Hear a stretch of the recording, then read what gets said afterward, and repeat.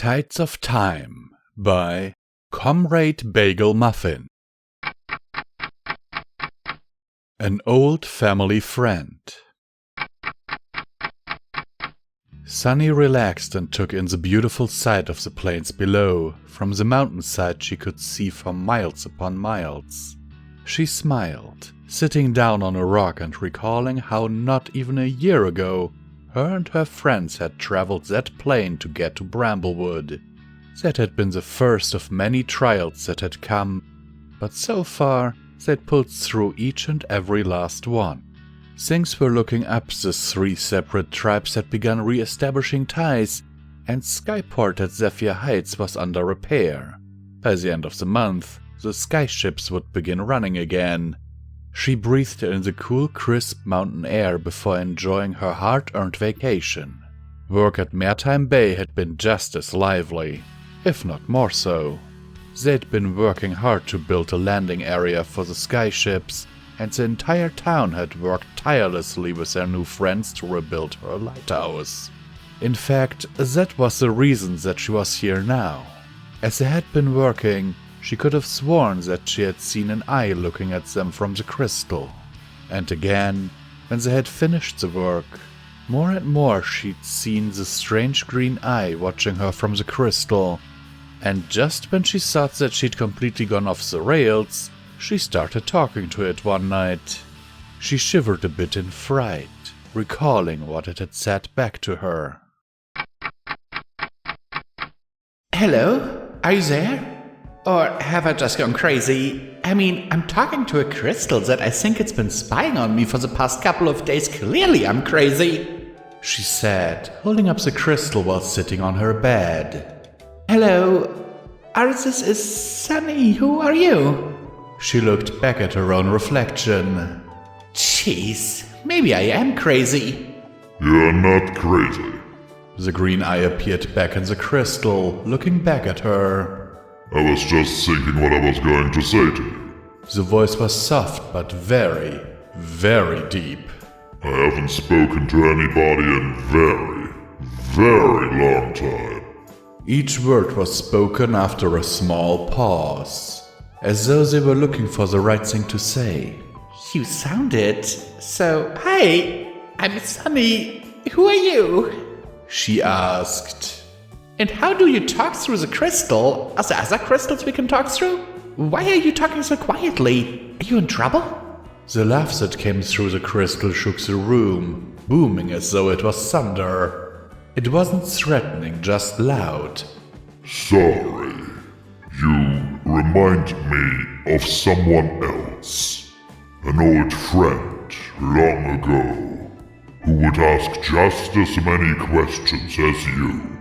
The voice spoke softly again. And no, I'm not any trouble. I just have two volumes. Soft and loud.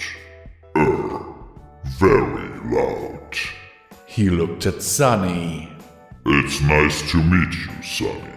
My name is Spike, and I've been wanting to meet some pony like you for a very long time. It's been so long since those crystals had been together. It's been so long since the three tribes have been together. His voice had become exceedingly sad. Yeah, but we're all becoming friends again. I thought I'd never see the day. And now it's here. I wanted to say thank you. I'd like to meet you. To thank you properly.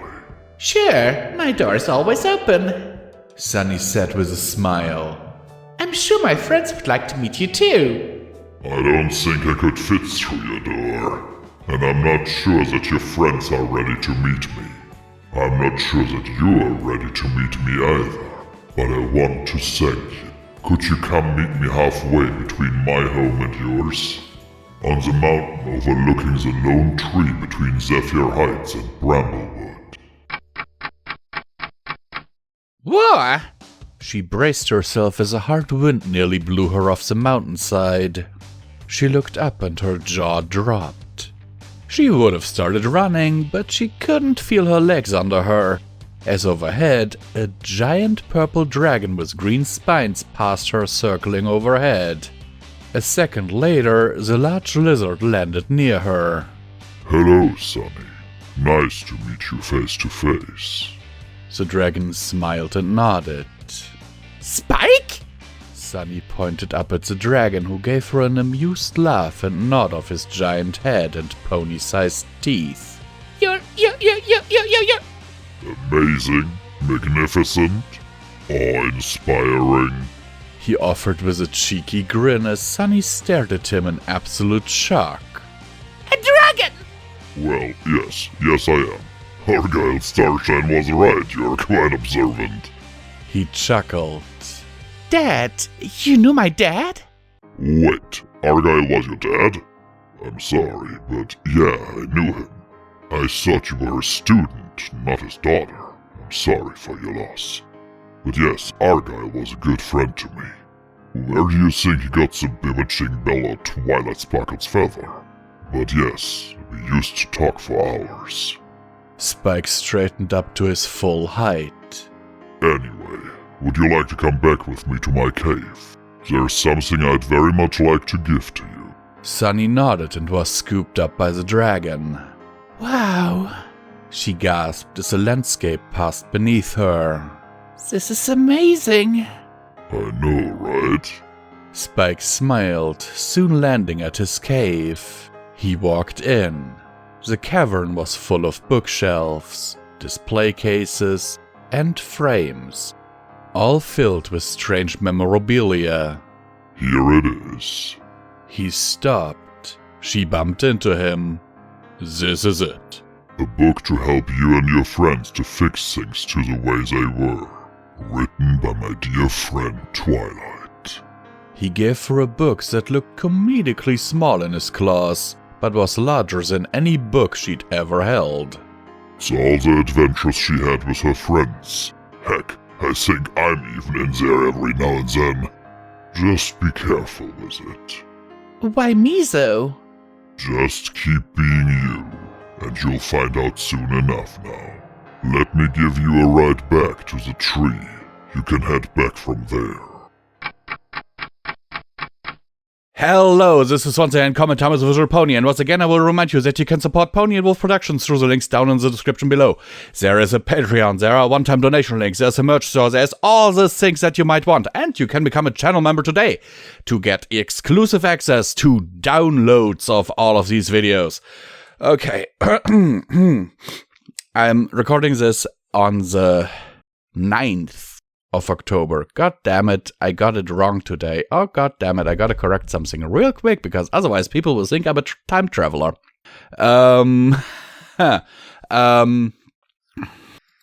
Anyhow, I looked at this story's premise and then I was like, oh my goodness, this can't be what I think it is it? And I then had a look, and just the idea of Spike being in this, I love it. I love it to death. Okay? So I was like, okay, you know what? We will make a reading of this. We will produce this. And so I put it into my read later list. And the author then commented on my user page and was like, hey, tell me what you think once you've read it. And I'm like, okay. And with this, I will do this. My dear Comrade Bagel, Comrade Bagel Muffin, I love your story. There are some issues that I have, and that is mostly formatting, grammar, and spelling. You have some spelling issues in here, some grammar mistakes with, like, you're missing punctuation and stuff. It's easily fixable. Just hand it over to the editors group on FimFiction. It is really easy to fix. And of course, in some places, I have written longer texts on mobile, and so I recognize this. Did you type this on mobile? Because it looks like it a little bit. Otherwise, it's fine. but the reason why I say it looks like it has been tapped on mobile is that there are some words that should be one word, but are made into two words.